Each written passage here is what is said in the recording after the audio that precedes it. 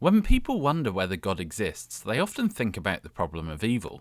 This might make it sound like there's just one problem of evil, but in fact it's probably more accurate to talk about the problems of evil. And in this video I'm going to sketch out for you some of the different versions of this problem that people have lodged against theism.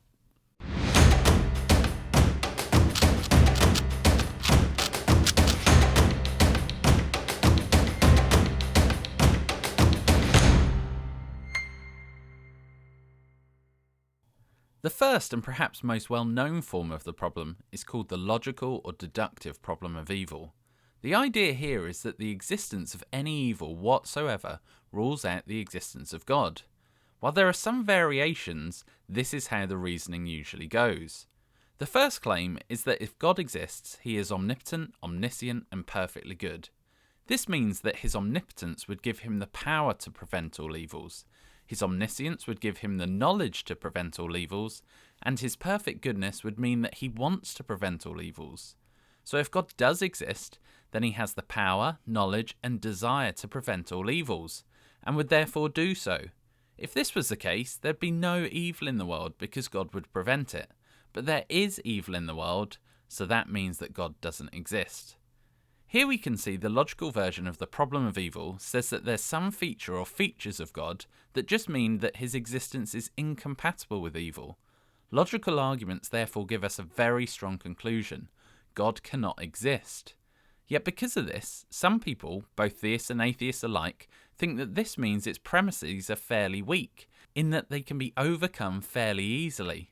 The reason for this is that in order to defeat the argument, all you need to do is show that it's possible that God and evil can exist together. Here's a quick example people have used which is supposed to show this. Courage is considered to be a good, but it's impossible to be courageous without there being some evil or adversity, and not even God is capable of bringing about something that is logically impossible. Maybe God is after the good of courage, and thereby allows some evil in the world. The general thought here is that God may be after some types of goods that only come about by allowing for some evil. Given this, many people think that premise 6 in the argument is false, because we've shown that God's existence does not have to mean that he prevents all evils. Although many think the logical version of the problem of evil fails to show that God cannot exist, there are still other forms of the argument that theists face. Here's another form the problem can take, which we can call the evidential problem of evil.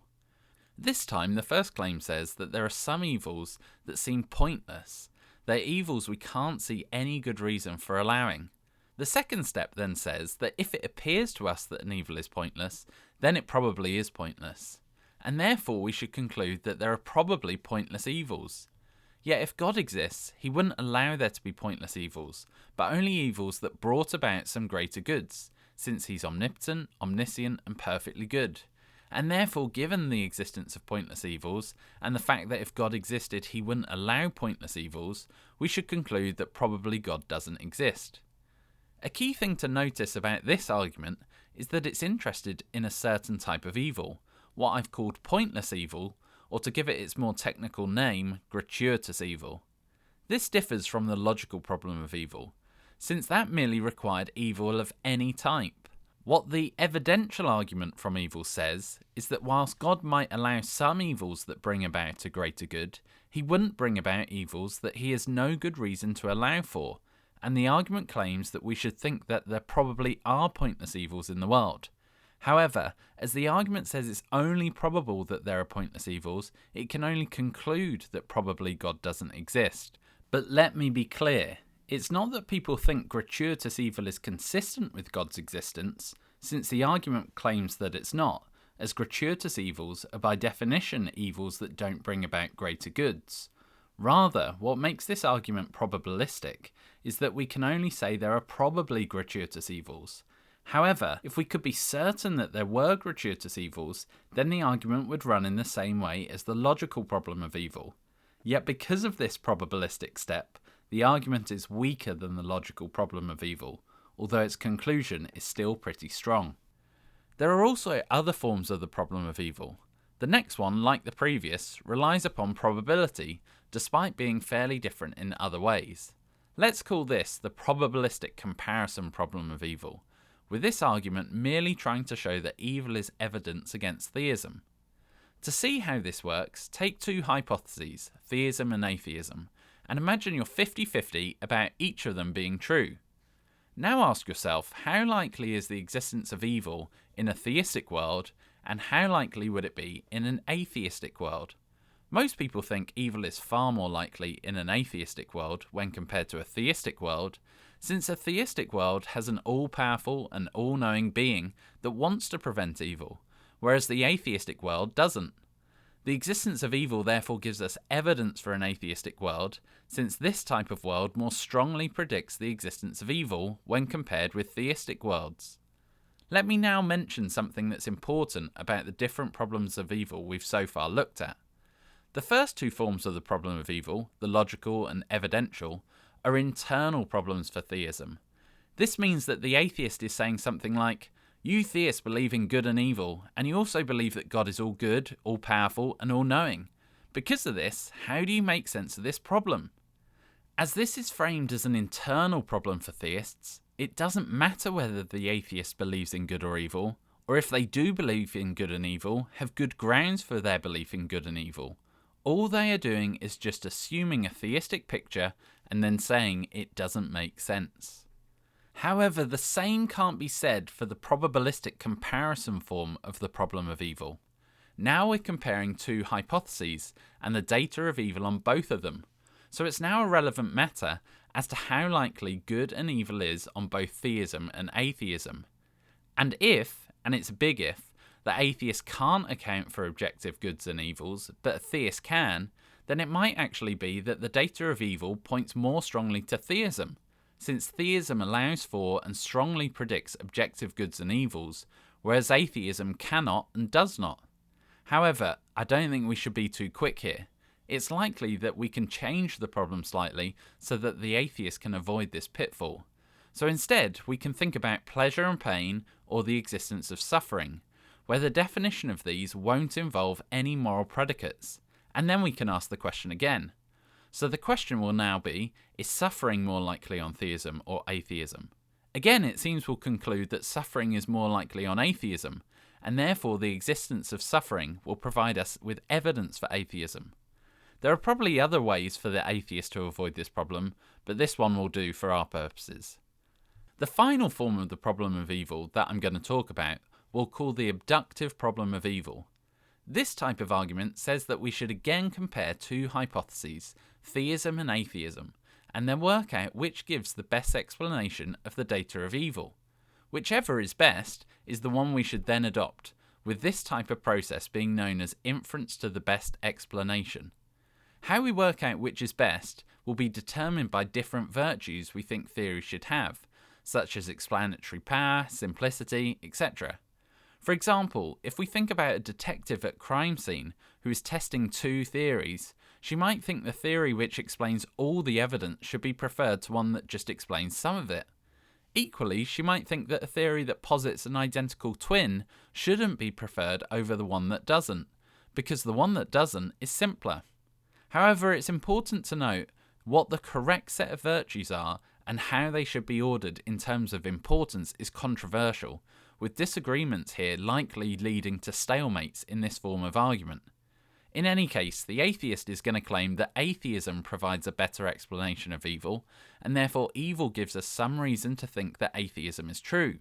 You might wonder whether this is just a different way of setting out the probabilistic comparison form of the problem of evil, but whether you think this will be determined by how you think probabilistic reasoning relates to inference to the best explanation. Since there are many different opinions about this, I'm going to keep them as separate here. So far, we've got 4 different forms of the problem of evil, but there are further distinctions we can make, which give us even more specific problems. Up until this point, I've generally talked about evil in a non-specific way, but we can actually make it more specific. Here's one distinction: moral evil and natural evil. Moral evil is performed by agents, an example of which would be humans like us, whilst natural evil has to do with the features of the natural world, such as earthquakes. This distinction allows us to run problems of evil based on moral evil, natural evil, or both. Whilst these are different types of evil, we can split up the types even further to formulate other problems. Suppose I stub my toe. This is going to cause me a fair amount of pain. We could call this type of evil stub toe evil. Perhaps we might be able to think of reasons why God would allow this type of evil. Yet there are other types of evil that this is more difficult for. This time, think of the type Holocaust evil. By contrast to stub toe evil, it's very difficult to think of reasons why God would allow this type of evil, and this shows that we can run problems of evil based on specific types of evil. Let me also mention one other type of evil that some have talked about, namely horrendous evils. These are types of evils that seem to be life-ruining. That is, evils that are so bad that it appears that those who experience them have an overall bad life, and so a life not worth living. This then gives us another way of running the problem of evil. Here's a different way to run the problem of evil. This time the problem isn't the types of evil, but rather that there's just too much evil in the world, too many instances of evil. Perhaps if there was only one evil action in the world, we'd think that God could allow for that. But there isn't just one instance, there's loads of instances, too many for God to allow for. There can also be problems of evil based on how evil is distributed in the world. You might think that you could make sense of God allowing evil if it only affected people who deserved it. But because the distribution of evil is so random, affecting those who might deserve it as well as those who don't, you think God can't exist, or it's really likely that he doesn't exist. There's one final form of the problem of evil that I'm going to mention here, although it's a bit different from the problems I've talked about so far. I find it an interesting problem, and so think it's worth mentioning. Whereas the problems we've looked at so far have been about evil that's a feature of the actual world, this problem concerns the possibility of evil, so data that isn't a feature of our world. We can call this the modal form of the problem of evil. The problem begins by thinking that if God exists, he exists in all possible worlds, and in all of these worlds has the properties of being omnipotent, omniscient, and perfectly good. The difficulty arises because it seems that we're able to describe evils that a perfectly good God couldn't permit. For instance, many people think that they can conceive of something which we'll call evil world, this being a universe that consists of beings like us, but who from the moment of their birth live in continual pointless suffering. If we think that evil world is possible, this causes a problem for God. Since if God exists in all possible worlds, then evil world isn't in fact possible, since it's a world so bad that God wouldn't allow it. What the theist needs to do in order to block this type of argument is to provide plausible reasons for thinking that evil world isn't possible, with this likely requiring an explanation as to how God can play a role in determining what is possible. So as I hope you can see, there are multiple problems of evil rather than just one. Because of this, it might be that some of the responses theists give are not applicable to all forms of the argument. Instead, it might be that individual responses will have to be given to individual problems of evil. As you can imagine, theists have offered many varying responses to these problems of evil, and in future videos I'll discuss some of the strategies they employ. So if you don't want to miss out on that, then please subscribe. For now, I hope I've left you with a fuller understanding of the many different problems of evil that theists face, and some of the differences between them.